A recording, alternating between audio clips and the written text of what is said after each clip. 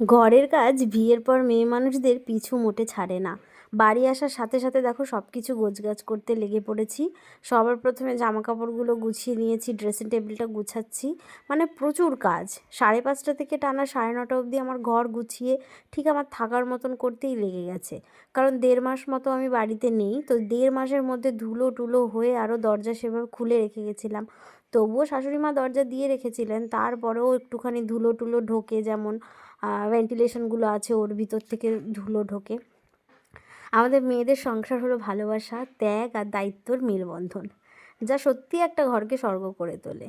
সংসারের সুখ শান্তি বজায় রাখার জন্য আমাদের কত কী না করতে হয়। ধৈর্য, সমঝোতা, পারিপার্শ্বিক সম্মান, এগুলো সব কিছুই হচ্ছে আমাদের সুখী সংসারের চাবিকাঠি। সঠিক নিয়ম এবং সুশৃঙ্খল জীবনযাপনের মাধ্যমে আমাদের মেয়েরাই কিন্তু সংসারের সবথেকে বেশি ভূমিকা পালন করি। সংসারের সুখ নির্ভর করেও আমাদের ওপর, আবার দুঃখ নির্ভর করেও আমাদের ওপর। সঠিক নিয়মে কাজ করলে পরিবারে নাকি মা লক্ষ্মীর কৃপা বজায় থাকে। কিন্তু এই মা লক্ষ্মীর কৃপা বজায় রাখতেই আমাদের ঘরের লক্ষ্মীদের কিন্তু দিন রাত ননস্টপ সব সময় কাজ করেই যেতে হয়। তো কথা বলতে বলতে দেখো এদিকে আমার আলমারি গোছানো কমপ্লিট।